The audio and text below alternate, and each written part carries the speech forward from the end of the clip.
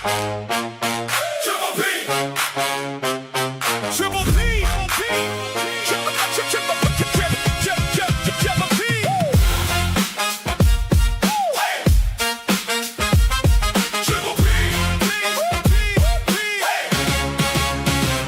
Panels for comics, turn the page. Ink in the margins, front to stage. Power drivers for wrestling, crowd goes wild. Place for good food, served up style. One name, 3 lanes, here we roll. Turn it up, let it go, let it go. Triple P, 3 things we love. Triple P, turn it up loud. Panels, power drivers, plates. Hello, welcome to the third edition of Triple P, the Comic Pod, panels, pile drivers, and plates with Josh Newell. I'm your co-host, Super Dave Miller, and we couldn't do it without the man himself, the promoter of Bayou Independent Wrestling, the creator of the upcoming comic sensation Castle Aiden, Josh Newell. How are you doing tonight, sir? Man, I'm doing great today. I'm glad you haven't got tired of me yet. We're on episode 3. So we made it through the first 2. Well, we're getting there. It's been fun. I'm excited about tonight. Yeah, we got some interesting stuff on the docket to talk about tonight. And, we will touch on Castle Aiden and Oak Grove Wrestling, but we've been talking about that stuff a lot lately. So we're going to dive into a few other topics this time. Look at Miss Ginger's already here with us. She was in my inbox going, what time? So, and we were 1 minute late, so she was probably on time, Well, we had a health scare with Miss Ginger last week, but she kicked out and she's back stronger than ever. So oh, yeah. God is good. We're happy that she's home and watching us tonight. Absolutely. You had some big news about Castle Aiden Kickstarter. Yeah, we made our first stretch goal this last week. We set the first stretch goal at 1,500. The original goal was 1,000. That was just to kind of get the book funded. That's going to end up covering our printing costs pretty much, and a little bit of the shipping as well.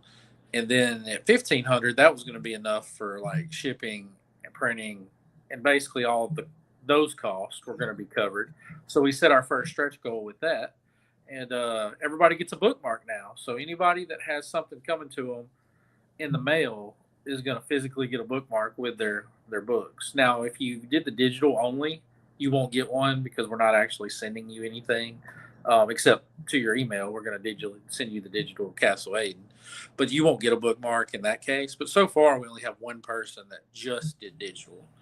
So as of right now, there's 25 people that are going to get a bookmark, and then there's one person that backed it that won't get a bookmark, but they will get their digital copy of Castle Aiden. Well, let me ask you, how many? I mean, is there a set number of the first edition that are going to be printed? I know we got all the different covers, but right. It'll be broke down to around 400, 450 copies. Of the first, all combined, or I don't know the each? exact breakdown of how many of total. So it'll probably end up being around 200 of Jason's cover, and then 50 of Derek Donovan's and DJ's. So that's 300. Then we'll probably do 50 or 60 blanks, and then we'll probably do 30 or 40 of the variant, the black and white version, and that puts us around 400. So we might mess with those numbers a little bit. But now, when we get ready to do issue 2, you'll have an opportunity to order issue 1 there too. So anybody that's new to it and finds us on issue 2 and wants to get the whole story, they will be able to go back and order an issue 1. Now, it might only be the Jason Turner cover. I haven't decided yet if I'm going to keep every single cover in stock or if we're just going to do cover A. But I will always have each issue so that people can go back and, get caught up in the story no matter where they jump in. Cool. That always drives me nuts as a fan to I can get my hands on issue 2, 3, and 4, but I can't find 1. Or I have 1, 2, and 3, but I can't find 4. And, that always drove me nuts. So I want to make sure that we're easily accessible for everybody that they can get those. Well, for $8, you can get the digital, and there's one person that did that, but we don't even want to talk about that because we've hit a stretch goal. So there's no reason not to go at least 10 and get that bookmark. Yeah. And get DJ's artwork on this map. Yeah, he did a lot of details on this map, and of course he's going to be our first guest. We locked him up for August 12th, so DJ is going to join us, and he's a jack of all trades. He does a lot of things, but for us in particular, he did the map, he did one of the covers, he did the lettering for the book, which people don't realize how important lettering actually is. It's kind of an overlooked thing when it comes to the comic book. He also did the logo for Castle Aiden. So we put him to work on this issue 1. That right there is DJ's logo. So, and I noticed that on DJ, I was looking at his Facebook page. He actually draws on. I mean, he draws on these books a lot. Oh yeah, he likes doing sticker covers and patches and different things. Yeah, and they're actually very neat. Yeah. So, and he did a Hawkman for me this last week that'll be going up on the wall here very soon. That's your Hawkman? That's my Hawkman. That Hawkman is badass. I can't wait for it to get to me. He's popping it in the mail here pretty soon. So by next Wednesday, I might can show it off. I even love just the penciled version before the color. But that pencil version was, I mean, I really like the black and white pencil art a lot. Right. And I do too. Like the Salmon Twitch and the Grifter are both in black and white. Yeah. But DJ sending me a colored version of Hawkman. I really wanted the weapon. I wanted the mace in there. That was important to me because every big picture I've ever liked of Hawkman in a comic book, he always had the weapon reared up and ready to go. So. And then here's Jason Turner's. Yep, that's the #1 seller as of right now. That could change by the time we get to the end of the Kickstarter on the 13th. But this is the #1 seller right now.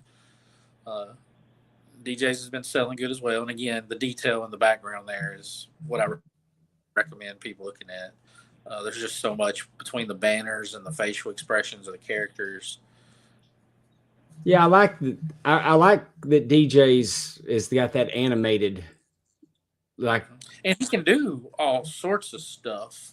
Like his covers, they range. He has such range. He can do anything that the person hiring him really wants. Yeah. So if you want the animated style, he can do it. If you want the realistic style, he can do it. If you want the little sticker and patches that he loves to do, he can do it. And with the stickers and patches, he's one of the few people that really does that design. So it's kind of a unique thing for him. He's not the only person, but like he's one of few. And I know we can't talk about it, but I sent you a cover today for issue 2 that is a voodoo doll cover. And Mr. Salinas that did that one for us, Ken, that's his kind of go-to and that's his style. And it's very unique to him. So I was happy to get that one in today. I may have to do a commission. Okay. Okay. And they'll draw anything you want. Well, I mean, we'll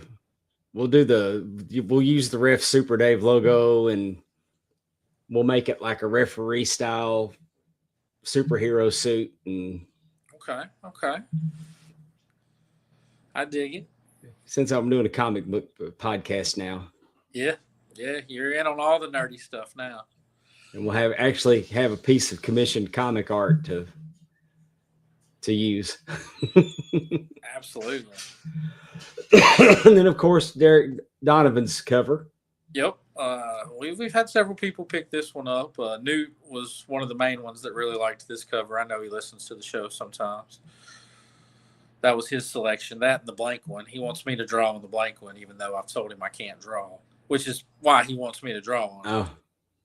Oh, draw a stick figure. Newt has one of those thick sense of humor. Well, I told him my stick figures are even messed up. So, I'm a horrible artist. Oh yeah, me too. Absolutely. Like in school, we would do birds, but it would be like just lines, like it almost be like an M but it'd be a little longer just the two birds on it. But I kept doing a line across of them, so it looked like a bunch of butts up in the sky. That's not exactly what they were hoping, but No, I got called out on it, and I didn't realize I was doing it. And I mean, this is a memory that stuck with me for almost 50 years now, over 50 years. right. And this will be the rarest one. We'll print the least amount of this than anything else. So if you want this exact Virgin black and white cover, you probably should get it on this Kickstarter. Yeah. Because I doubt that we have it going forward on the other Kickstarters. And then, of course, there's the bigger 11 by 17 poster. Yeah, that's going to go up on my wall eventually too.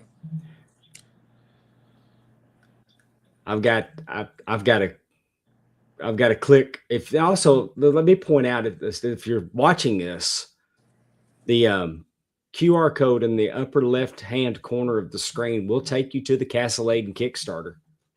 Absolutely. And you can still get in on that. I need to go back in and do it again so I can get this because I want this shirt. Yeah, and even if you've already, picked your thing and did what you're going to do, it's very easy to go back in and manage your pledge. Yeah. That's what they call it. You can click on that. You can add to it and do whatever you want to do. We've had several people go back in and, at first they just wanted one cover, but then they added the mini poster or, something like that. And that's perfectly fine. Again, you have until the 13th around 11 o'clock. And that's also when you get charged. So if you're, waiting for your paycheck next Thursday or Friday, that's perfectly fine. It's not going to come out until the 13th. And the Legend of Baymore, I'm excited about Baymore. I think Baymore is going to be just from what you've told me, I can't help but feel like Baymore is going to be my favorite character. Yeah, he's been fun to write. I'm kind of a sucker for all the characters since they're all my babies. But if you ask Jason Turner who his favorite character is so far, the artist, he's definitely a Baymore guy. And he's pretty much done with the second issue. He's got 2 pages left. So 2 issues in, he's definitely a Baymore guy. Yeah. And I like Baymore too. I mean, that's going to let me do a lot of fun things, a lot of creative things. Spoiler for issue 2, we're going to be in a tavern. Lord knows bad things happen in a tavern. So we're going to kind of play that up a little bit. We got some fun stuff planned for Baymore. Just the dynamic that Baymore is going to have with the prince reminds me of the story that Vince McMahon used to want to go running around with one of the Valiants. Right. And he did not want him riding in that Cadillac convertible with him and partying with one. And I don't know why that story that made correlated, because everything's wrestling at the end of the day, right? Oh yeah, absolutely. And King Marcus is going to try and keep Baymore, under control as humanly possible. He actually gives him an ultimatum in issue 2 between being clean shaven or drinking. He has to pick. So I'll let y'all figure out which one he ends up picking. But for 40, you can talk to Josh. Yeah, we can get on and talk about issue 1 a little bit, and I'll give you I wrote the first 6 issues, so we have plenty that we can discuss without me really truly spoiling the story for you. Again, I think that's going to be a more popular thing on issue 2 when we can talk about issue 1. Right. I can give you a little bit of tidbits on issue 2. This is the most popular thing. This is what I did. Yeah, that's been our most popular choice by far. It's not even close, really. It's a hell of a bargain.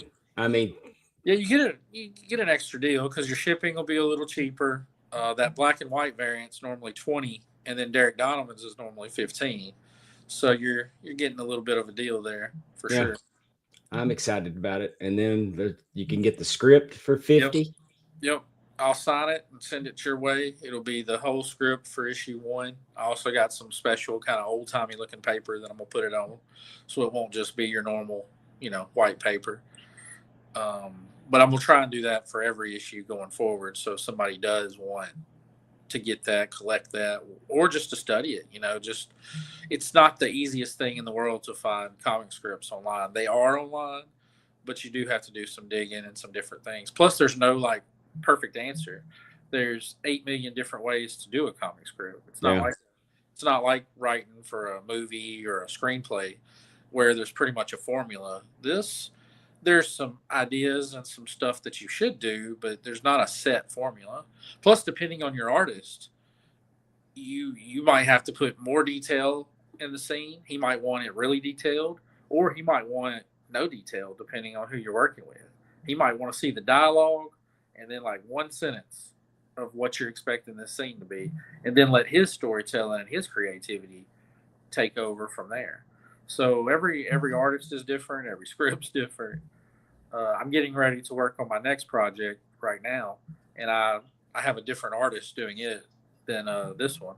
So I touched base with him and just like, hey, what do you like to draw? What do you not like to draw? Is what I did in the scripts for Castle Aiden, how you prefer them to be delivered to you, stuff like that. Matthew Elvis Presley's with us. Hi, Matt. Double Dropkick Podcast. Hey, Kevin Davenport. Glad you're with us tonight, too. No matter what anybody says, I am the holder of the answers to Batman's greatest villain. Well, when we get there, we certainly want you to chime in. We want y'all all to chime in.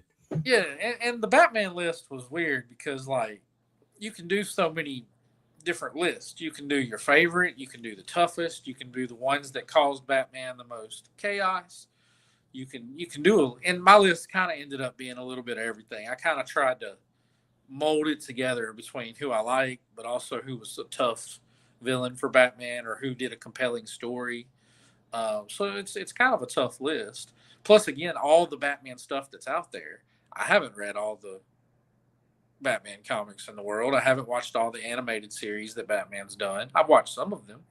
Well, I've watched pretty much all the major movies, but I haven't watched all the animated series, and I definitely haven't read all the books, even though I've read a ton of Batman books.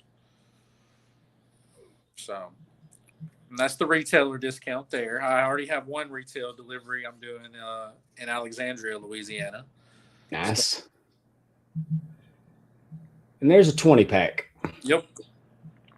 I may go back and put the 10-pack on there just to put on my gimmick table.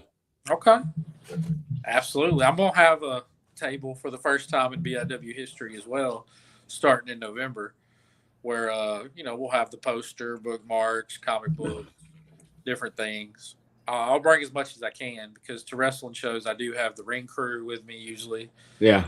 Plus, if it's in Louisiana, I have like the barrier with the rope and all that stuff. So I don't have a lot of room, but on the shows that I can, I'll definitely pack some stuff. Custom sketch from Jason Turner, either a 9x12 or a sketch cover. Yep, whichever one you prefer. I actually just backed a book this week from Jared Lockhart, which is called The Book of Riot, for those that want to, kind of mess around and look on Kickstarter for other things to back. But I picked a little sketch. It's not a cover. It's going to be smaller than that. It's like a little sketch card. But I actually added that to my thing because I do like getting artwork. One of the things I got in the mail this week was this from a guy named Danny Givens out of El Dorado. Hang on, I'm going to expand you out so we can sell. Yeah. So Danny Givens did this for me, but this is Battle Beast from the Invincible world, who's one of the most popular comic books in the U.S. right now. But yeah, he did this for me, and I got it in the mail. He's based out of El Dorado. You can look up Danny Givens on Facebook. He has real good prices. Like this is $50, and that's including shipping. So for Danny $50, Givens, yeah, you can get something. He also backed the Castle Aiden book, so I really appreciated that as well. But yeah, and I don't know. We might end up having Danny on a cover. I'm not 100% sure yet, but definitely on these little sketch covers, somebody that you can look into. Mississippi Film Works. What's up, Newt? This is a steal for $50. He is correct. That's one of our happy sponsors for Brookhaven. Newt's been coming to Brookhaven shows for a long time. And he's made a few appearances in West Monroe as well over the years. Yep. Me and Newt, Newt. did you ever make one to Natchez? Let me know if you ever made a Natchez show. I don't remember. All right. We did Natchez for a long time before we stopped. Well, I'm excited that we're going to have DJ on That's the 12th. August the 12th. We're going to be doing we're going to be pivoting to Wednesday nights through the month of August. And I'll pull the curtain back. It's right. Yeah. So it's softball season, and my and then also JV football for my grandson. So right. And sometimes real life's gonna happen. There might be some weeks where it's Wednesday, some it's Thursday. We're gonna try and be pretty set. But I'll try to go Thursdays. Like if there's no softball game and he's playing, a couple hours away, I don't do that on the work. I got to be at work at 3:30. I got to get up at 3:30 in the morning. So I don't. Some road games I don't go to. Right. We may revisit that when he's varsity. Then that's Friday night. I'll make them all. But right.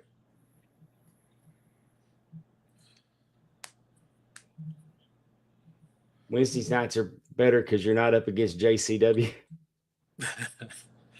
You can always watch one of us later. Whichever one you want to watch later, it's right there on YouTube. Hey, Angie's hi Angie, thanks for joining us tonight. She has a Star Wars question for both of us if we don't mind. I don't mind. I don't mind, but I don't know if I can answer it. Dave, you might have to answer this. I'll tell you what, I've been down a Star Wars rabbit hole lately, Josh. Okay, well, good. You might because there's so many creators that are just doing Star Wars stories. Oh yeah, like the Return of Mace Windu has made it. There's somebody that's doing them on TikTok, but they're. I mean, I know they're using AI and they're doing a great job with the animation and. Mace is back and he's madder than hell and he's going after Vader. And there's some really good Star Wars content. Oh, yeah. And if you just are talking comics in general, like Marvel has the rights to Star Wars right now, and they usually put out one-shots or some mini-series, different things. And then Dark Horse had Star Wars for a long time. There's some really good stories out there. I may still have them. It was, I think it was called Dark Empire, maybe. They did the first series, it was Dark Horse, but they did the Star Wars was done in gold letters.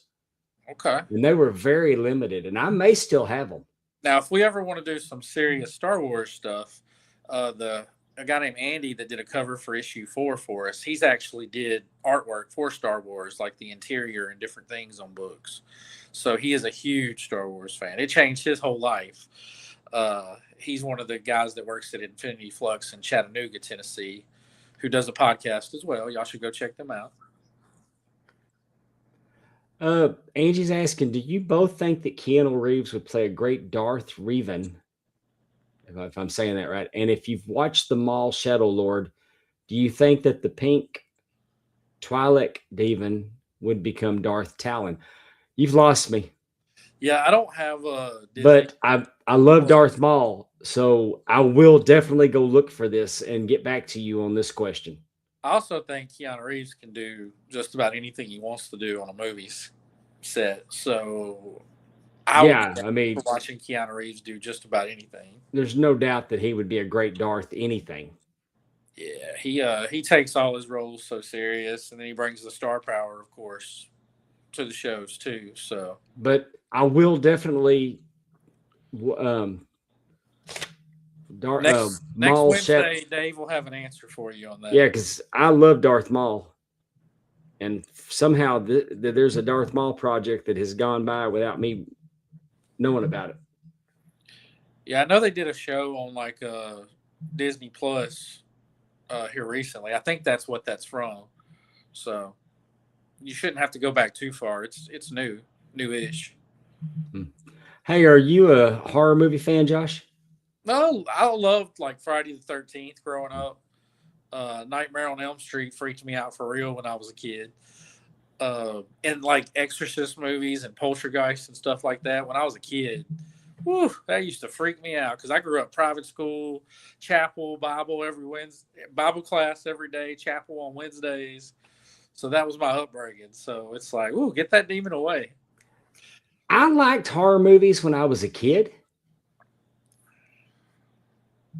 Uh, I liked horror movies as a kid, but now I never could sit through The Exorcist. Right. Like Freddy's and Jason's and Michael's aren't real, but the devil's real. And I don't like the possession movies. I don't watch any of that. I'm not. Um, I read The Exorcist, Right. but I could not make it through the movie. The Amityville Horror kind of unhinged me a little bit. But I always liked the Friday the 13th and the Nightmare on Elm Streets and Halloween, the original Halloween movie. I didn't care for the Texas Chainsaw Massacre, Newt. I mean, it's all right. If I had a favorite, it probably would be Texas Chainsaw Massacre for me. Yeah. Because I remember being really, really entertained by several of them. Not every single one of them, but several of them. And then, the first Saws were really good. I never could watch Saw. The first few Saws were really good, and then it just, it becomes kind of a trying to milk the money. Yeah. Thing. And at some point, you kind of lose the sparkle that a movie or TV show has. And I definitely think Saw got to that point, and I kind of tapped out. But most of the part, I wouldn't say I like true horror. I want like a suspenseful drama or something that might be touching on a very messed up subject. We can go into some dark character stuff and some dark angles, but it's not like just your true typical hack and slash horror that I watch. Yeah. I don't like to be uncomfortable. I don't like to be scared. Okay. That surprises me with some of the matches you ref and some of the people's face that you get up into at certain points of the match. Adrenaline's a hell of a drug. Fair. Sammy Wright's with us. What's up, Sammy? I hope commenting about my collection. Thank you. I appreciate that, Sammy. I'm really proud of it. And I hope you get to feeling better, Sammy. I know that injury is going to be a battle for you, but we'll make that BIW debut soon.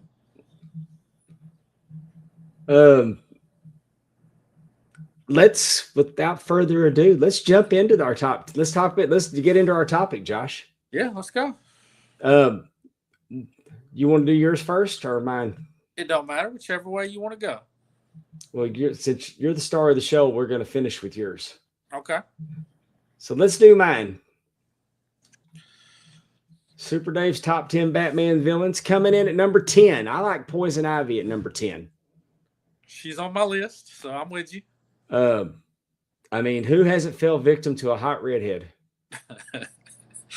Yeah, I definitely have. The first girl I ever lived with was a redhead, so I learned my lessons. Yeah. Both my daughters are redheads, and they're crazy. I love them. But I always like Poison Ivy. I like her when she's more manipulative. I don't really like that when they make her the eco-terrorist. Right. But I do like when she's manipulating. Well, the upcoming event that they're doing called Bad Seeds, she's kind of at the center of it. I know Poison Ivy kind of goes crazy, and it causes the whole Gotham world to be turned upside down. And they're kind of doing it like The Pit. I don't know if you've ever watched The Pit, but it's basically a whole season, but it's one day. So it starts in the morning, and then it ends at, whatever time at night. And that's kind of how this Bad Seeds event's going to go. It's going to be sunrise, sunset type deal on the same messed up day for all of our heroes. And Poison Ivy's kind of at the center at that. She's actually the mayor of Gotham in the comic book right now. Oh, really? Yeah, and it's causing all sorts of chaos. And they know she's Poison Ivy? Oh, yeah, they know. And she got elected mayor. Yeah, she was trying to do good for a while, and she did do some good. Oh. But she just can't help herself in the long run. Yeah. All right, coming in at number 9, I like the Penguin. This is my little penguin inspiration when I'm writing. Yeah, that's cool. I like the Penguin. I like that. I like the portrayal of the Penguin, that he's that he's dirty, but he operates just on the edge outskirts where you can't really get your hands on him. It's like Batman knows he's dirty, but it's hard to prove. Right. Uh, I really Yeah. like that portrayal of the Penguin. The And TV all of shows. my picks are based on comic books. I didn't go animated series. I didn't go movies. I didn't go television shows. The TV show Penguin is really good too on HBO Max. I haven't watched that series yet, but I did like him in the movie. I don't think they're going to do another season of it from what I read. So you could binge it probably in one weekend. Yeah. And I think that the Penguin portrayal on the TV series Gotham. Yeah, he was messed up on Gotham. Very brilliant. A brilliant portrayal of the Penguin. And then if most you of the villains, Batman Returns with Danny DeVito. I didn't like the portrayal of him in that movie, but I've got the script. I've got the original script, the first draft.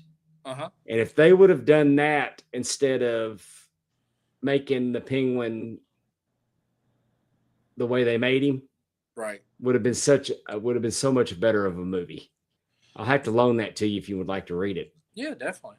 I bought that script at a comic book convention years ago. Okay. But the Riddler, Edward's crazy. Yeah, absolutely. But crazy like a fox. He's brilliant. I didn't really care for the arc where they made him like a good guy competing with Batman, but he really wasn't a good guy. I always liked him in the video game. I remember playing some of the different video games, and he was always one of the cooler villains in the video game. They could do some unique stuff with him. Yeah. And even though the movie was bad, I did think Jim Carrey played a good Riddler. It's just that movie was rough. That movie sucked. Yeah.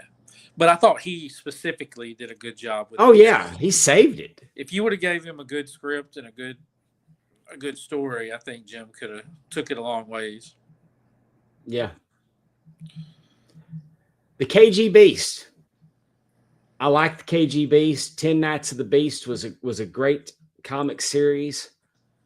And most recently, in Batman number 57, Batman learned that because there was somebody tried to kill Dick Grayson, and the KG Beast had been hired to do it. And when Batman caught him, they were in the wilderness. They were out in the wilderness. It was snowing. They were fighting, and Batman shot him with a grappling hook. And the Beast said, "Hey, if you'll get me to safety where I can and save my life, I'll tell you who hired me." And Batman said, Get to safety yourself. I don't need you to tell me. I'm the world's greatest detective," and left him there. Right.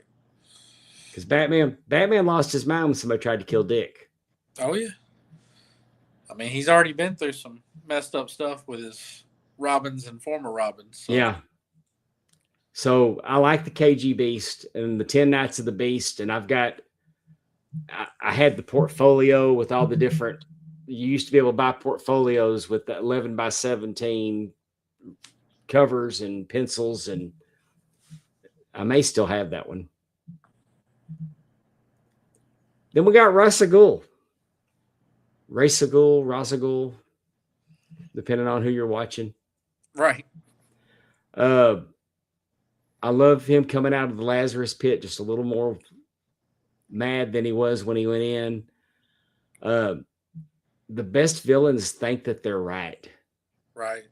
And he's convinced that he's right.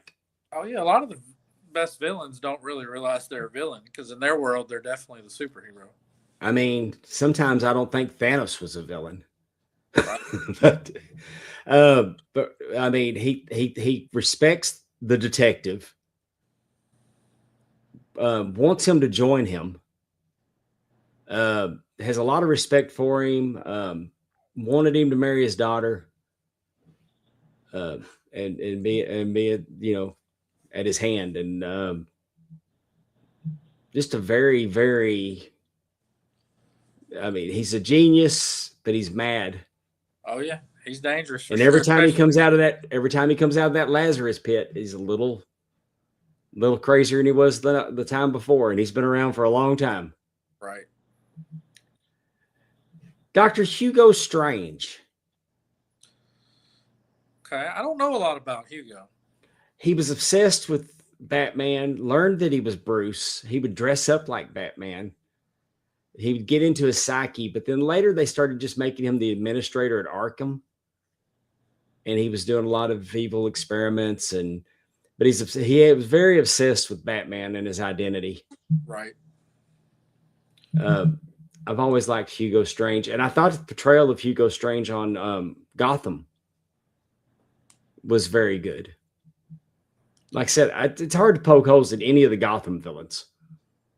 Oh no, the whole TV show was so good. I mean, obviously, it would have been nice to make it far enough that we would have got to see some Batman down the road. But it was still a great show. I just wish it would have lasted maybe another 2 seasons or so. Yeah. But I mean, Smallville was the same way. Once we got to where Clark becomes Superman, it was over. Right. But I liked Hugo Strange. The Joker. The Joker got me back into comic books when I heard that he had killed Robin. Right. But the most effed up comic book I had ever read in my life was The Killing Joke. Right. Not only did he shoot Barbara Gordon, that's what put her in the wheelchair, took pictures of her, like revealing pictures of her, and tortured her father with these images, trying to drive him over the edge. Yeah, you can't have a Batman villain list without Joker being on it somewhere. Right. I just didn't go. I mean, you would think that Joker would be the number one on the list. Right. But I think there's more. I mean, the Joker doesn't have a motivation. The Joker is just chaos. He does it for chaos. Right. And when we keep going, like the Court of Owls, oh my God. It's a secret society that's been in the shadows for so long because it's believed to be an urban legend. They are assassins that are they're the undead. They use this serum to reanimate them. Right. They freeze them when they don't need them. They call them Talons, and the main Talon was a early 20th century assassin, William Cobb, who turned out to be Dick Grayson's grandfather. But they were embedded. I mean, Bruce's parents were linked to them.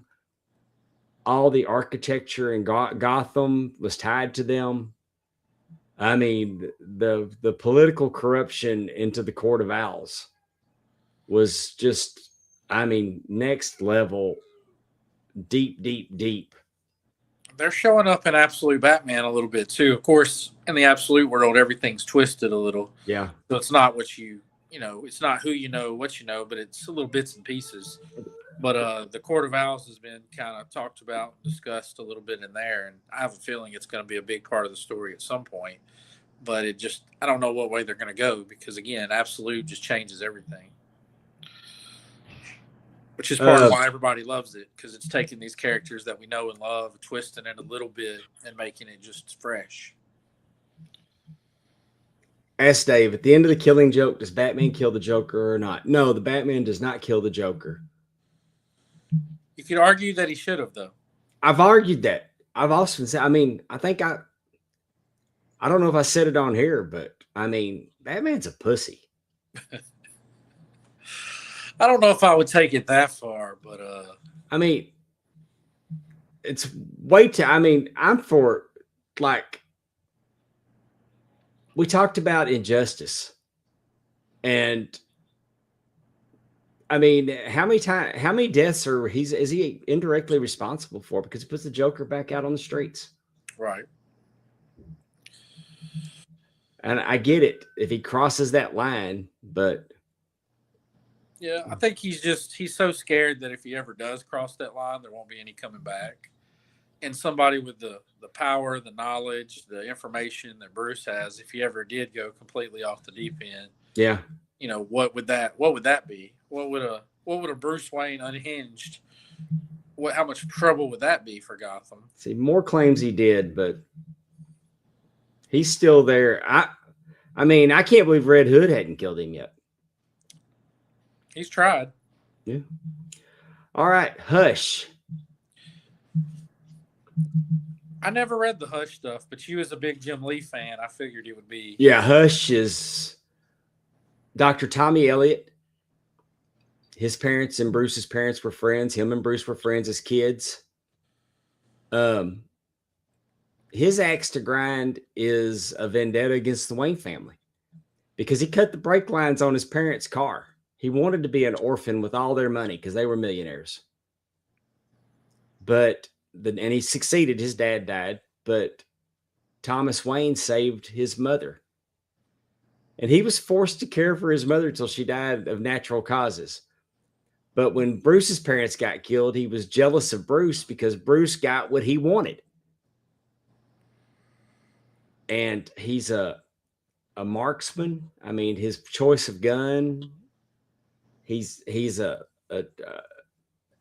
brilliant surgeon. He does plastic surgery on himself. He actually assumes Bruce's identity, and kind of ruins and kind of destroys Bruce's reputation. I mean, that's just that level of evil focused directly at Bruce, and then finds out he's Batman, of course. Right. So that level of focus is why I put him in as as Batman's number 2 villain. Yep. And Hush 2 has come out, and I'm looking forward to reading it. And then, of course, Bane. Bane's my number 1 Batman villain. It was so diabolical. Yep.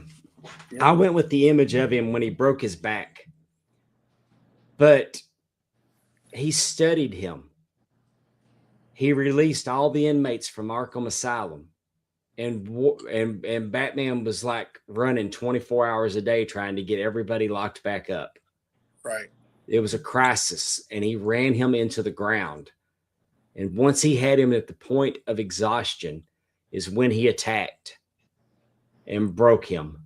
I can't wait till the Nightfall movie comes out. It's going to be rated R. Yeah. It's an animated movie. This isn't the Bane from the Batman movies. This is, well, kind of the Bane from The Dark Knight, but he's a genius. Oh, yeah. And that's what makes Bane so different than a lot of your other big, strong. Then that Venom makes guy. him like the Hulk. Right. But he breaks the Batman. And just with the precision that he studied him and did that,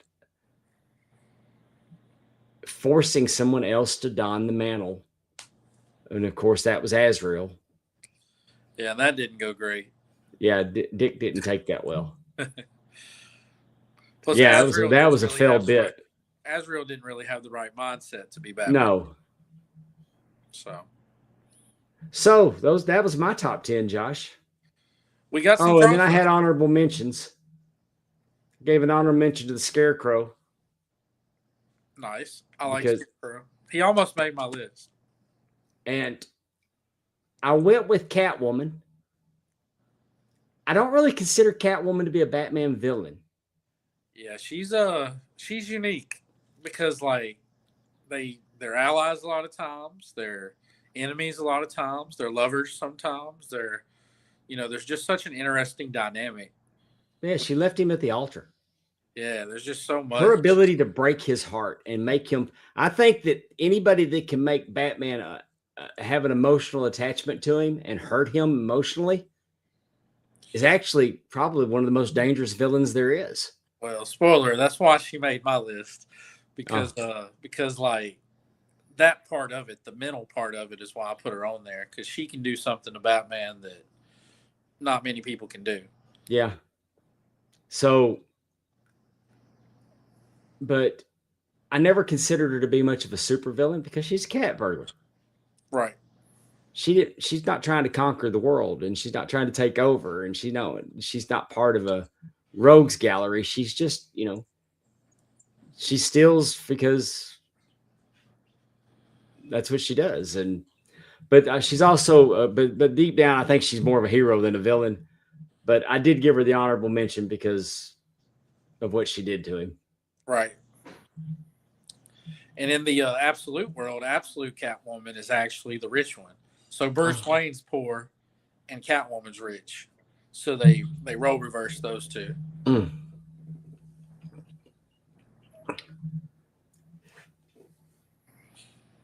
Look at here. We got Josh's top 10 Batman villains. Yeah, we got some villains to discuss. All right. At number 10, Josh. I put Catwoman. Unlike you, I do consider her a villain. Now, yes, they've been on the same side many, many, many times. But there's been so many interesting stories where Catwoman, again, is able to mess with Bruce's mind and make him think about things that he wouldn't think about with anybody else. Because he would just move. He would act on his instinct. But with her, it's always like, well, and he's thinking about it. And that's how she's able to kind of get an advantage on him sometimes. Now, obviously, she's a skilled fighter, but in just a one-on-one fight, she doesn't give Batman that much trouble. But that's not how Catwoman attacks Batman. She attacks him mentally and makes him think and teases him. And, that's a villain to me still. Did you read Batman Year One? No. She's a prostitute in that one. Okay. But she looks out for people that can't look out for themselves. Right. And I remember when this comic book came out. She got her own title. Oh yeah, she's up to around 90 issues right now. Yeah, and I loved how they drew her. Yeah, she has some of the best covers in monthly comics. Yeah. Catwoman's one of those ones. Wonder Woman, Poison Ivy. They get some really good artists to come and, be sexy but also tactful with it. Like they're not going over the top. That's over the top, Josh. I mean, well, your Vampirellas and your Red Sonjas. Yeah. Those are the ones that they tend to kind of go next level with. They at least try and keep Wonder Woman, Catwoman, and Poison Ivy tasteful, but still pretty. She's a bad girl, and they drew her that way. Right. Now, in her monthly title, they've toned it down a little bit on that end of things. So, and I had to put Two-Face on mine. I know he didn't make your list, but Two-Face was just always one of my favorite villains because the story could go so many different directions based off of that stupid coin. Yeah, when I was doing your graphic and you had Two-Face on there, I had to think where I put him. Right. Well, he didn't quite make it. No. I'm sure he was in that 11 through 15 range. Yeah, I just couldn't go back and just think of other than. Well, Batman has so many good villains that, we could make a top 30 and still miss some good ones. Yeah. Oh, definitely. Batman has the best rogue gallery in comics, and that's not really even debatable.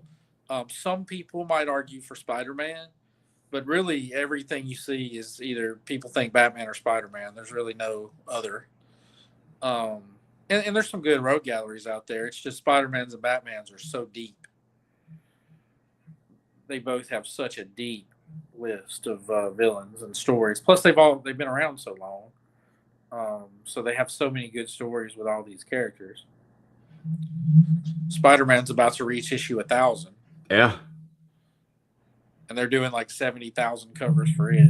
So if you go to Vans, make sure you grab you an issue 1,000. I'll probably get one. Right. Just because now I feel like I have to. Yeah, I don't even read current Spider-Man. It's been a long time since I read Spider-Man. But I probably will grab an issue 1,000 just to have it. Let's see here. So that's Mr. Freeze there. That's Mr. Freeze. Yep.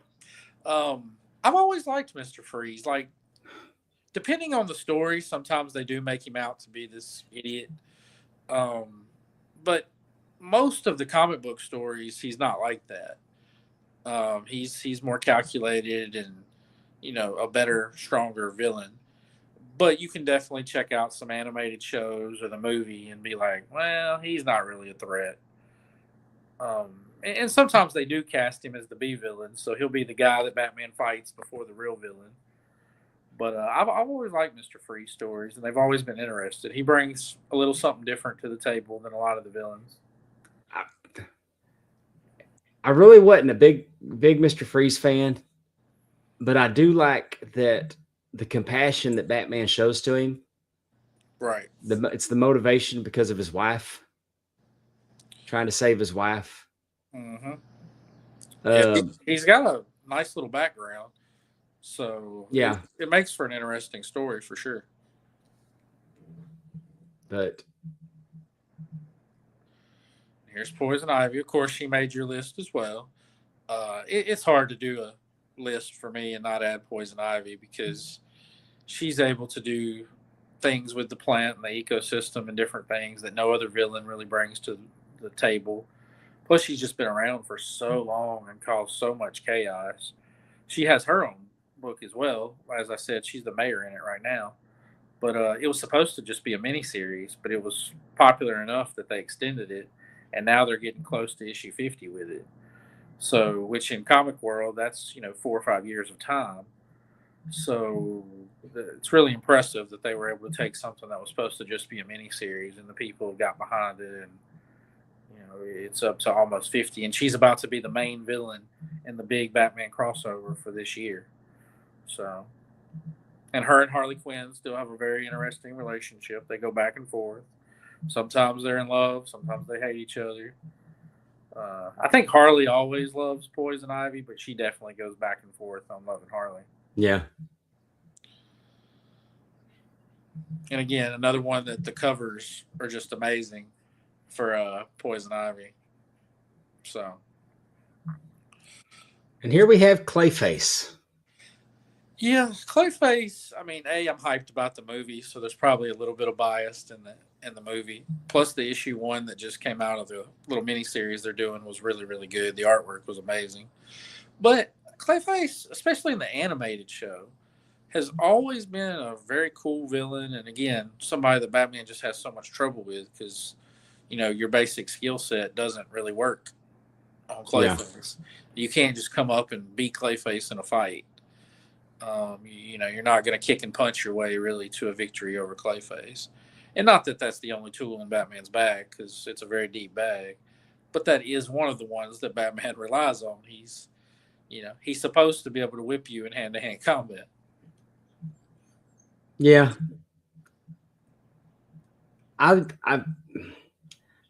The Batman animated series Clayface I liked. Yeah, I thought Clayface was really good in it.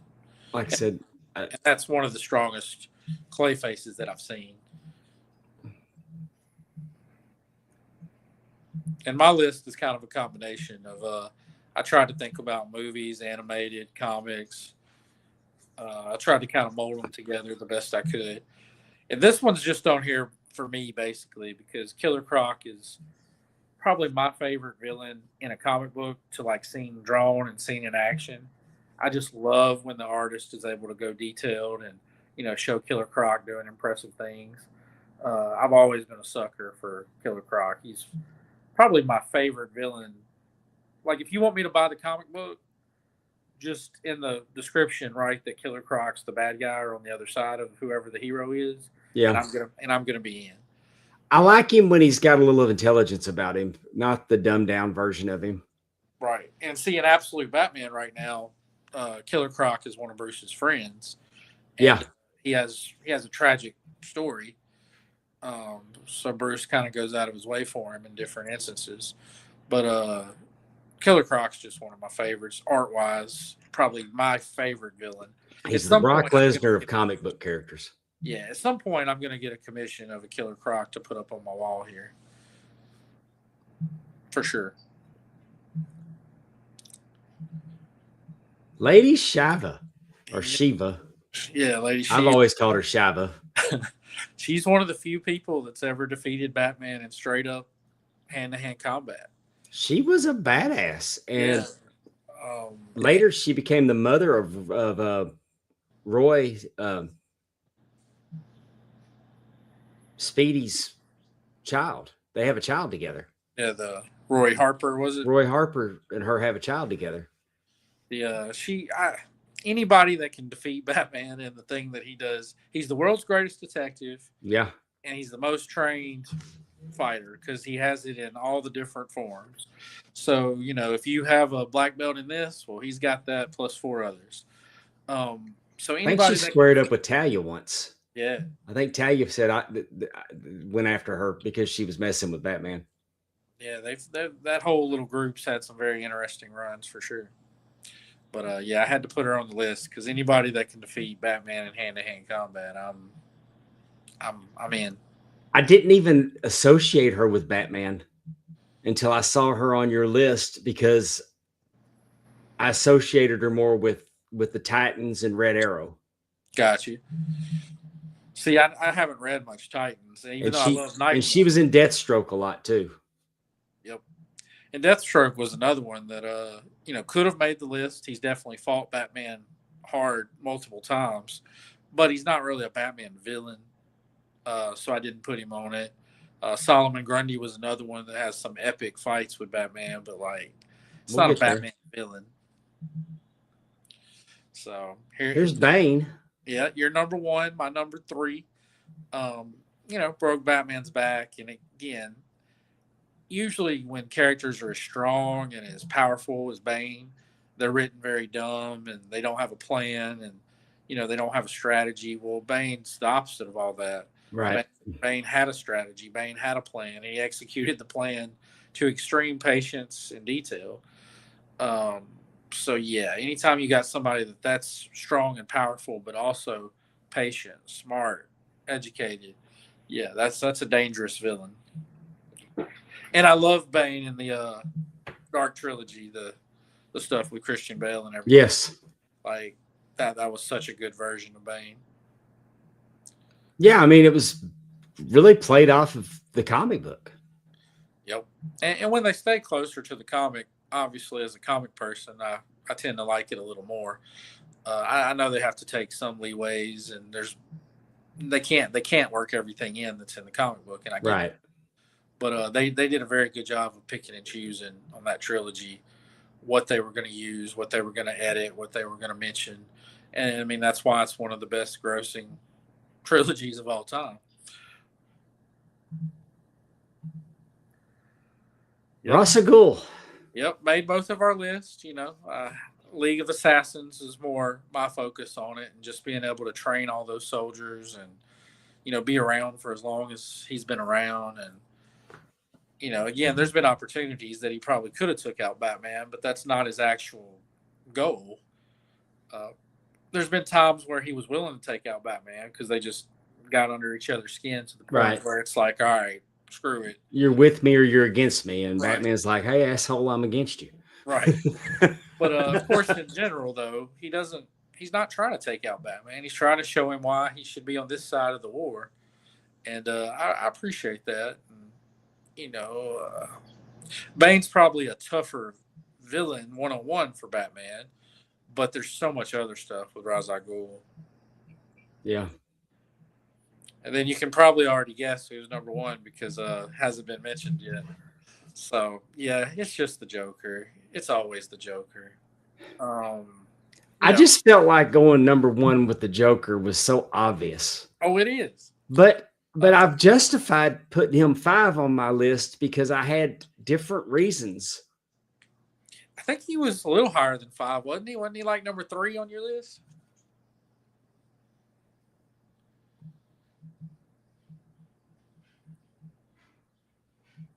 Actually, he was number 6 on my list. Really? Okay. But with the Joker, it's just a psychological thing. And, I worked in psych for a decade. And like I mentioned earlier, the TV and the drama and the kind of shows that I watch are more psychological and that kind of warfare. And the Joker just fits perfectly into that. Plus, as far as on the big screen, you're talking about Jack Nicholson, Heath Ledger. It's just everybody they've ever got to play Joker has took it serious and took it to the next level and did a good job with it. Jared Leto did not do a good job. He sucked balls. That is the worst version of the Joker ever. I didn't think he was horrible. I hate that version of the Joker. I mean, it is over the top, I guess, but I didn't hate it. I thought he did a good job. Now, I didn't put him with Heath Ledger and Jack for a reason. No, and But, that kid that played Jerome on Gotham is probably the best out of all of them. And of course, Phoenix was able to, do the movie version, which that's a different Joker, but still, it's Joker. Yeah. Well, and then of course Newt says, "Don't forget Caesar Romero." Yeah. Hey, I'm gonna tell you, I've got I actually have Batman's the 1966 series. I have every episode of it. I have the whole box set. Wow. And it comes with a script. And they want you to read the script while you watch this episode with so you can see how much Caesar Romero ad-libbed the Joker. Got you.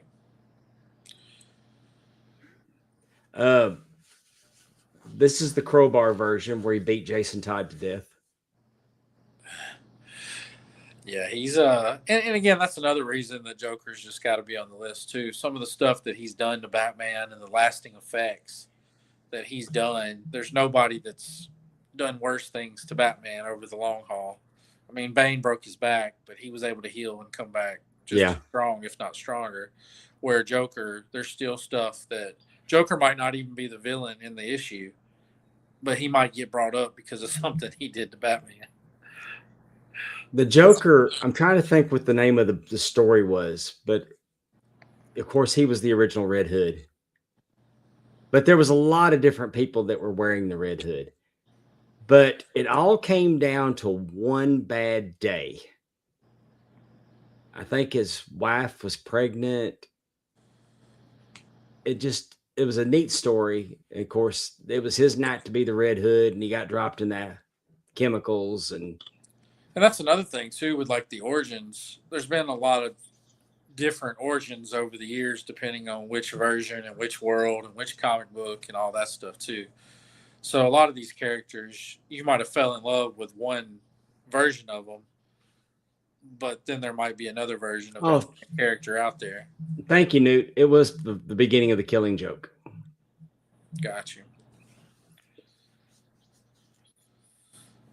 Anyway, that was, and then of course you already mentioned them. Your honorable mentions were Deathstroke, Solomon Grundy. And again, if Deathstroke was an actual Batman villain in my mind, I would definitely put him on the list because Deathstroke's incredible. And then Falcone was just somebody that, sure, Batman's not going to fight Falcone 101. That's not going to be a thing. But the gangster world and the crime world that's involved in Gotham and all the stuff that Falcone has his hands in, I just wanted to give him a shout out. Because when I'm reading like Detective Comics or something, Black Mask and Falcone and those characters are definitely ones that really interest me. Those are the stories that I really get into. I love the street level crime and the street level world. And that's why Batman's one of my favorites anyways, because there is so much of it on a street level. And I just completely overlooked Black Mask. Yeah, Black Mask is actually Catwoman's main villain right now in the comic book world. She's got some serious Black Mask beef going on.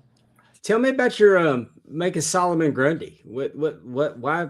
I mean, because that just out of your honorable mentions, that floored me. Yeah, they fought a few different times, and some in the animated stuff, and also in the JLA some different times. And I don't consider Solomon Grundy a Batman villain. Didn't make the 10 list, but if we were just talking like cool villains and powerful and all that, definitely would have made my list. Because Solomon Grundy it's kind of like Killer Croc to me too. I love seeing Solomon Grundy drawn on a comic book page. Yeah, and seeing an artist's take on Solomon Grundy, because there's a bunch of different versions. If you pick up 5 different Solomon Grundy stories, whether it's a Superman story or a Batman, JLA, whatever, the art could be very different in all of them. And Solomon's just really, he's in absolute Green Arrow right now. and they did a very cool version of him for Absolute Green Arrow. But him and Killer Croc are just two of my favorites artistically, so I've always been kind of biased. And then, of course, with Solomon, there is a high power level there too.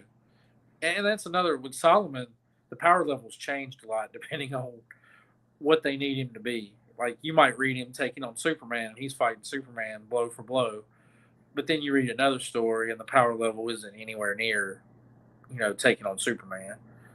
Right. So that's somebody that they've had trouble figuring out where exactly they want to put him as far as power and stuff. And again, that's why I said on episode 1, I probably shouldn't write Superman, Green Lantern, those really, really powerful characters, because that's just not something that I'm very good at. But you give me a street level character like a Catwoman or a Harley Quinn or something like that, I definitely can knock it out the park, I think. So I like when you have some villains that are at that power level for sure. Well, that's a good list, Josh.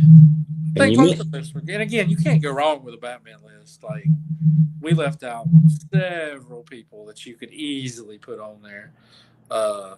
You could debate on Harley Quinn. You could debate on Scarecrow. Didn't make either of our lists. I know you did an honorable mention, but didn't make the list. There's just so many good ones out there.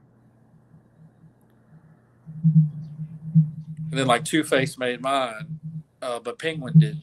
Penguin made yours, but Two-Face didn't. So. Well, you mentioned Green Lantern, and I've got it uploading now. There was several bits of news that came out of the San Diego Comic-Con. Ghost Rider's going to get a movie with Ryan Gosling. They announced the new Black Panther, and who's going to play him for the Marvel movies. So that was kind of neat. It was mainly comic book announcements, and DC killed them on comic book announcements. DC announced so many. Shadow of the Bat's coming. I read Shadow of the Bat the first time around, and it was great. That was an awesome series. They're putting the people that did Absolute Martian Manhunter, Dennis Camp and Javi Rodriguez, on it, and they won. They won several awards at the Eisners this year, and they're who's doing Shadow of the Bat. So I look for it to be amazing. The Demon's getting his own comic book. Jonah Hex, Doom Patrol, Vixen, Static. There's Legion. There's so many things that DC announced. Gotham Central's coming back.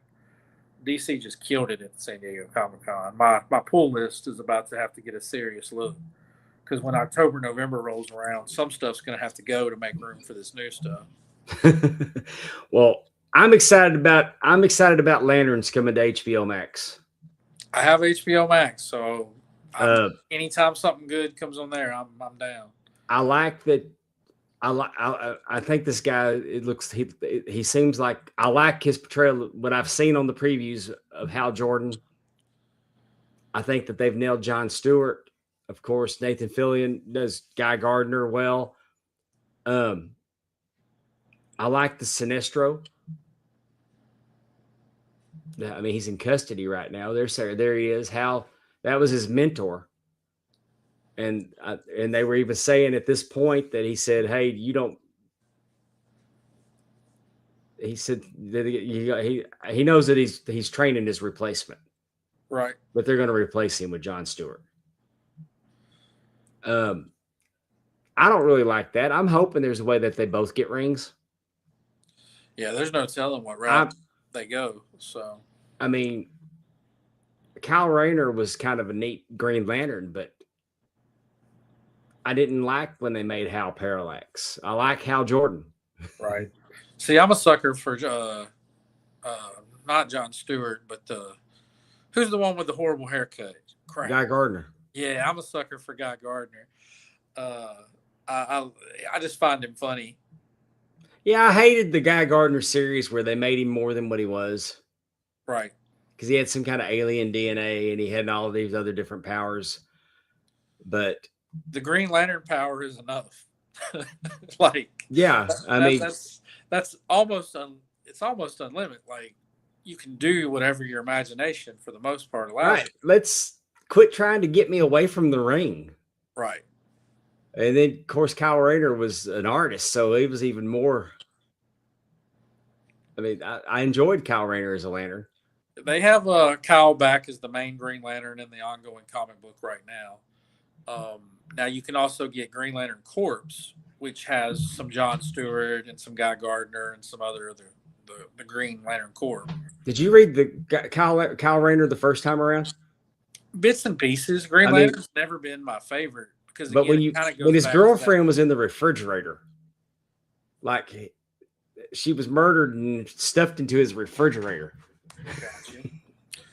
Yeah, that was big when that happened. I need to go back and read like the Jeff Johns run on Green Lantern because I love pretty much anything he writes. He's one of my top 5 writers of all time, which I'm sure we'll do a top 10 writer list at some point because I love lists and verses like who would win Wolverine versus Iron Man and stuff like that.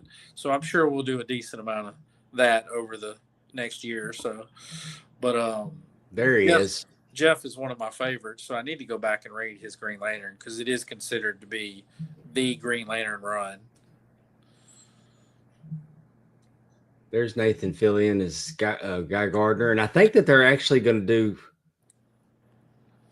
I think they're going to do flashbacks. Okay. I think they're going to go back before Superman. Got you. And then, of course, there's another from John Stewart, and I'm guessing these are the prison cell, the holding cells on Oa. Yeah, it looks like it. Yeah, anytime there's a comic book thing, I at least check it out. This was a neat scene. Flash, like the CW Flash. I guess the first season was pretty cool, but it lost me soon after. Arrow was pretty good. Gotham was amazing. Smallville was fine. I'm trying to think what other ones that I just really, really, really liked. Gotham's probably my favorite. I was so entertained by Gotham. Yeah, Gotham was must watch. I like this preview that he walked in there. Of course, the villain is the Manhunters, so we're getting big bads right immediately. Yeah, and that's smart. I mean, but you got to get people fast nowadays. But he walks in there and they start opening fire, and he's in the bubble immediately. Of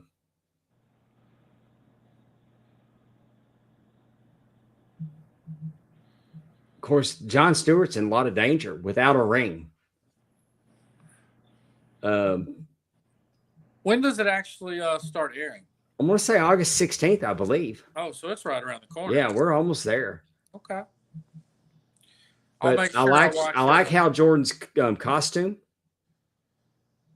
It's kind of weathered. Right. I'll make sure I watch episode 1 so we can talk about it that Wednesday after, which I guess is the 19th. Oh yeah, I think that they'll definitely, for the first season, we're gonna have a Green Lantern segment every week. Okay. We're gonna be ahead of the curve on that one. So you got some Green Lantern love in your past. Okay. I love Green Lantern. Man, when I went to the Galaxy Con, I sat there and just, I mean, I had a dilemma about getting me a Green Lantern ring. Like, I mean, I got 70 something belts and stuff. So what do I need some Green Lantern rings for? But they have a DC set that's got all the rings. The green, the orange, the white, the Red Lanterns were always cool to me. Rage. Yeah. They had some very interesting Red Lanterns as well. Back when they did the New 52, they actually gave the Red Lanterns their own book. It didn't last too long, but a lot of those New 52 books didn't last very long. Yeah. Because they released 52 new books. So, yeah, you had to pick and choose. Yeah. Plus, like, a lot of those characters had never had their own title. So the fan base just wasn't like, if you're dropping 52 books at one time, they're going to gravitate to the characters they know first. So you didn't really give a lot of your Hawk and Doves and your Grifters and your Red Lanterns. You didn't really give them a great chance to survive. Yeah. If every superhero if every superhero in every universe had a giant fight, who's the last one standing? Wow. I mean, obviously that's a tricky one because there's so much power level. When you get to Marvel's world, I don't know a lot of the lore and the history of some of those like Eternals and the godlike characters that they have. Um, but if we're just talking kind of the mainstream, I'm very taking well that known, as a DC question. just DC. Okay. If just DC, it's hard to say that Superman.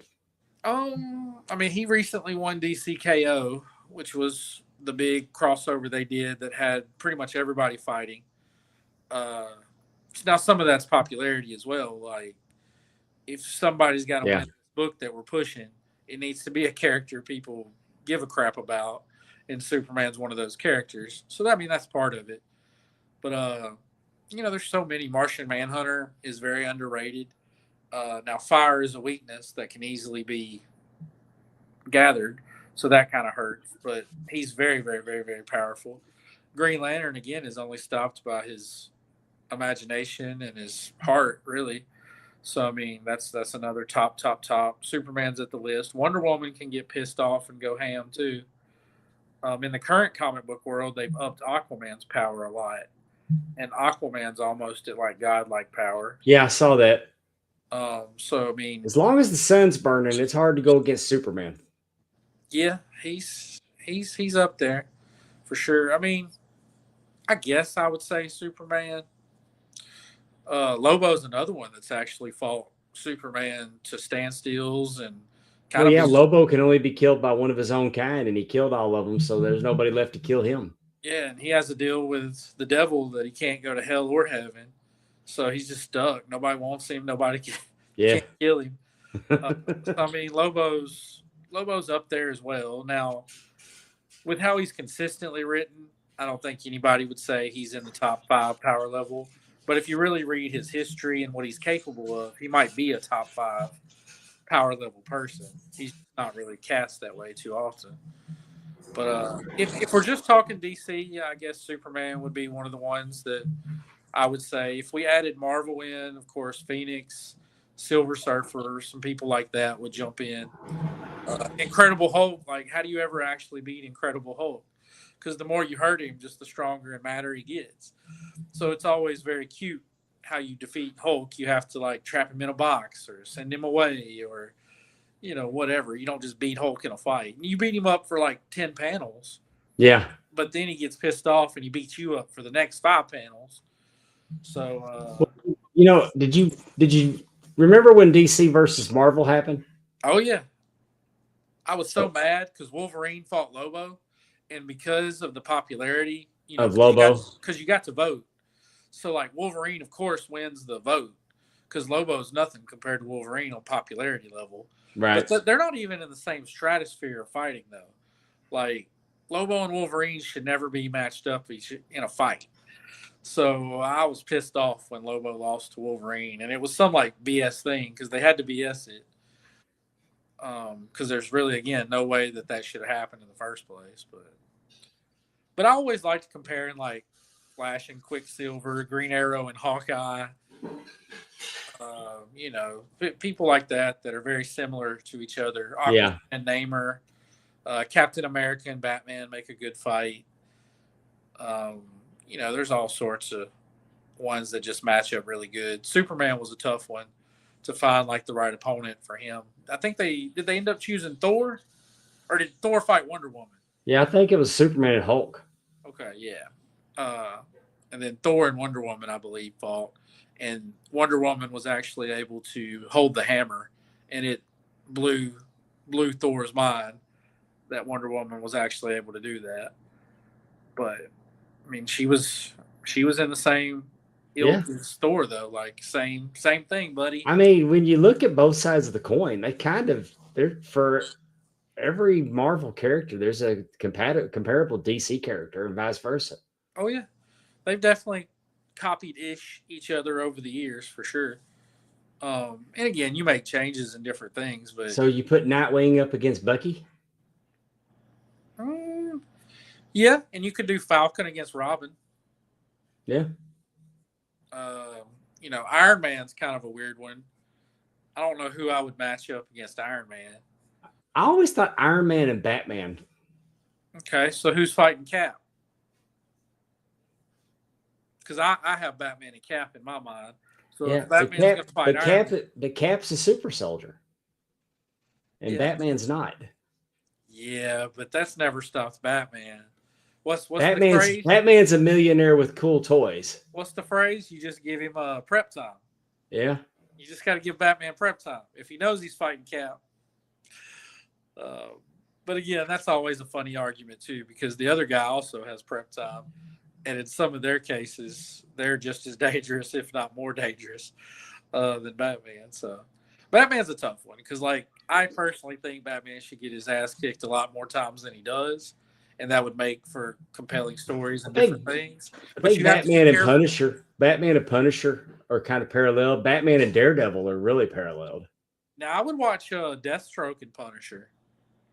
Yeah. I mean, I think Deathstroke would take him, but it'd be a fun fight for sure. I think Deathstroke and Captain America are kind of evenly matched when you think about it, because Deathstroke's kind of because what's that his serum is I used to be able to say it when they talked about it on Arrow. Hirakuru or something like that. Right. So I mean, he's enhanced like Captain America. Right. Daredevil and Nightwing would be fun to watch. Yeah. I think Daredevil would have the edge, but it would still be a fun fight to watch. So then, like Thanos versus Darkseid, if you want to do some high-powered villains. Yeah. If it's all right with you, since we're for the pile driver section, I've got some fun fighting that'll be cool to watch. All right. Tomorrow night, Mount Olive, Mississippi, for the fundraiser for the fire department. It's Super Brawl 2. Lost Art of Wrestling is presenting this. We're going to have Jacob Walker versus Jesse the Dragonheart, who recently made his Bayou debut. Yeah, I like me some Jesse. This is for the Zero Gravity Championship. And let me tell you, Jesse, zero gravity as they come. Absolutely. Then we have Ursa Major in a handicap match against Nick Van Dam and a mystery partner. Okay. Nick Van Dam was a referee that went dirty during a match, so I hope he gets piss beat out of him. Right. Ursa's definitely in the beating the piss out of somebody's business. The Riots, Alex and Leo, in a tag team match against Doc Gracie and Hayden Sill. I think they're overlooking Hayden because they hate Doc so much. There's definitely a personal issue between the Riots and Doc. They act like there's nobody else in the match, but it's always a grudge match when Doc Gracie's across the ring from a Riot. For the tag team championship, the Hosey brothers against Days of Rage, Riot and Eric Black. The Hosey brothers are going to be somebody in 2027 that make their BIW debut. We're definitely going to make that happen. Oh, good. Whether it's against Muddy Waters or it's against Cold World, I think they would match up good against either team. Oh, definitely. Or even I don't know that if you've ever done an 8-man, but Bayou, Rob Love and them. Yeah, the Bayou Kingdom. I keep wanting to call them Southern Royalty. Well, they were Southern Royalty for 6 years. But Bayou Kingdom, I mean, when you figure the four of them, if you got the Hosies and Muddy Water together, or the Hosies and Arsenal and Fury. Yeah, Horsepower is still out there. Hate City hasn't officially broke up, even though there's problems with Wes and Frankie. Yeah. Christian Blake's been hanging out with us more often lately, so I mean he could bring Jordan up. Jay Spades did some work for us, so Buku Dow could make his BIW debut. Oh yeah, I really want to see. I hope we see more of Jaden Spade. He's on the Fountain Hill show, so yeah, he's incredible. Oh, but these guys are incredible, and they're going to tear it up. Absolutely. And Lou Cameron, my God, this is a one-man wrecking crew. I mean, when you put him out there against Vladimir Koloff, I mean, have you noticed the transformation in Vladimir Koloff since when he was in BIW? Oh yeah, you can't help but notice. Koloff's put in so much work on his body and Man. getting himself in the best shape that he could possibly be in. But Lou Cameron is a very destructive force, and he does not care. I mean, he's reminds me of the violence level of Angel Camacho. Okay. And then whoever wins that match is going to go on to take on Ray Fury. How'd Ray get so lucky to face somebody that's already going to be tired? I think that Ray won a qualifier. Okay. Well, shoot. I honestly don't know, but if Koloff ends up winning his first match and losing to Ray, social media is not going to see the end of it because they already go back and forth on social media. Yeah. But if Koloff has to wrestle twice and loses because of that to Ray, he is not going to let social media see the end of that. But the purpose of this is that we're crowning a new Lost Art of Wrestling heavyweight champion. Nice. That title, unfortunately, was vacated because Sammy Wright's injury. But yeah, he was going to make his BIW debut November 7th in Brookhaven, which is right there. You know, he has a lot of family in that area and stuff. Yeah. So he was really looking forward to it. But I'm sure we'll get to do it next year. Yeah, I'm sure he's going to come back stronger than ever. Absolutely. But Lost Art to benefit the Mount Olive Fire Department. It'll be at the firehouse in Mount Olive, and 7:00 tomorrow night, Friday night, July 31st, which is the 4-year anniversary of Ric Flair's last match. Oh, which we just happened to be in the room with somebody that happened to ref that match, or at least make a cameo at the end there. Yeah. But that's my humble brag. That's a pretty big one. So actually, I posted a picture of holding the Briscoes' arms up, and for some reason, my Facebook had it just 3 years ago instead of 4. Huh. I don't remember the exact year, but I mean, you would know. No, it was 2022. That's the biggest highlight of your career, so you'll definitely. Remember that date. Yeah, I'm milk. I've got as much mileage out of that. Oh, it's not over. I'm going to be mentioning it at Comic Cons when I go. When I'm telling people who I do the podcast with, I'm going to be like, "Hey, if you don't know Super Dave, let me tell you about him." And one of the first things I'm going to say is, he did the count for Ric Flair's last match. Hey, I did a lot of cool stuff that weekend. I mean, on today, 4 years ago, I worked Black Label Pro, and I refereed for Speedball Mike Bailey, right?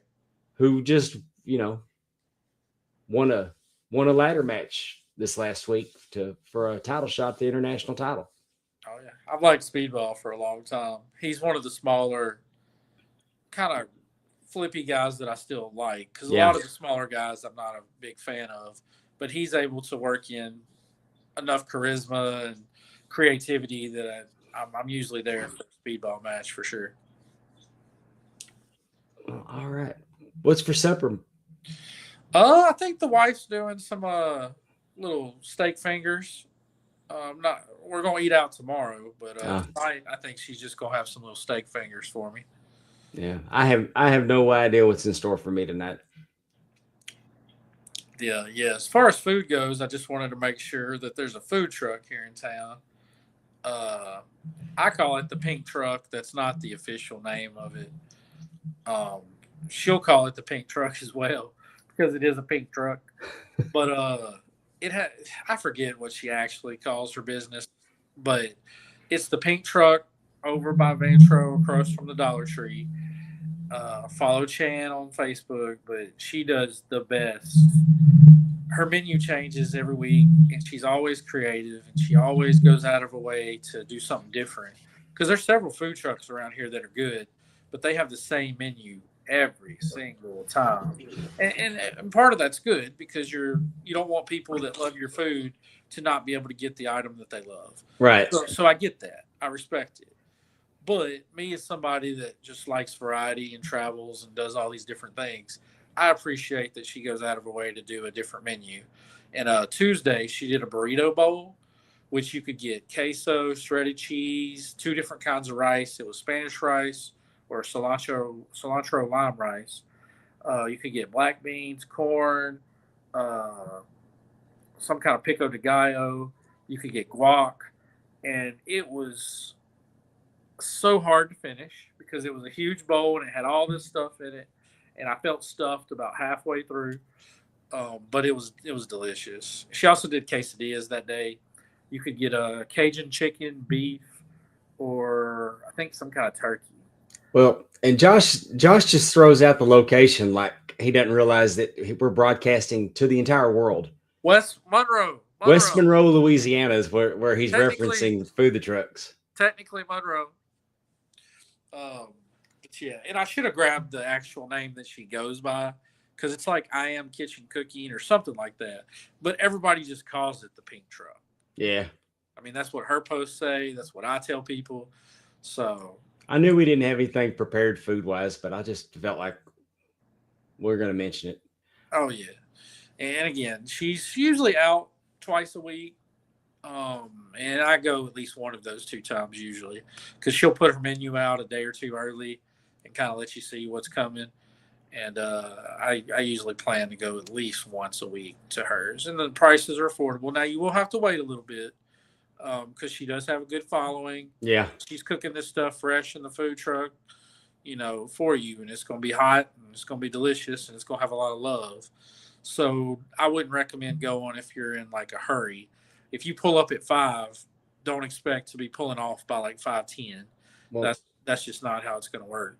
Well, now that sports season started, my contribution to the plates part of the show, I will be giving. I love concession stands, and if we have a good concession stand, I'll definitely tell you about it. And I have no problem burning one to the ground if they suck. But we'll be up at Holmes Community College. I think in Goodman, Mississippi for softball tournament this weekend. And Okay. Well, when y'all go to Riverfield for basketball, I'm gonna meet you there, and I'm gonna see this good concession. That you Man, talked about. I hope they got red beans and rice, but they'll probably have jambalaya. I'm okay with either. I do prefer red beans and rice, but I'm fine with jambalaya too. Yeah, it's hard to go wrong with red beans and rice. Oh yeah. Well, Josh, this has been fun. Yes, sir. And we're going to do it again. And we're going to do it again next Wednesday. Right. Join us on Wednesday, y'all, instead of Thursday. Wednesday. Still around 7 o'clock. But For Triple P, the Comic Pod, panels, pile drivers, and plates with Josh Newell. Thank you for joining us tonight. Thank you for everybody that participated in the chat. Matt, I hope the power gets back on pretty quick. And be safe out there. And we'll see y'all next week. Good night, everybody. See you next time on Triple P.